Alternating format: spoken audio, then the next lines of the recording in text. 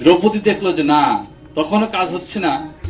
তখন দ্রৌপদী কি করলেন, দুই হাত তুলে ভগবানকে যখন তিনি স্মরণ করলেন যে হে কৃষ্ণ আমাকে রক্ষা করো, আর ভগবান তখন কি করলেন, তাকে টনের টন বস্ত্র দান করলেন। আর এত বস্ত্র দান করলেন যা এই দুর্যোধনের ভ্রাতা কি এত টেনে টেনে কি হলেন, ক্লান্ত হয়ে তিনি মাটিতে লুটিয়ে পড়লেন। আর সমস্ত লোক সেটা দর্শন করলেন।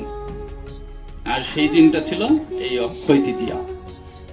তো এই যে দুর্যোধনের ভ্রাতা যে পাপ কর্মটি করলো এই অক্ষয় তৃতীয়াতে, সেটাও কি হয়ে গেল, অক্ষয় হয়ে গেল। তো ঠিক তদ্রুপ শুধু অক্ষয় তৃতীয়াতে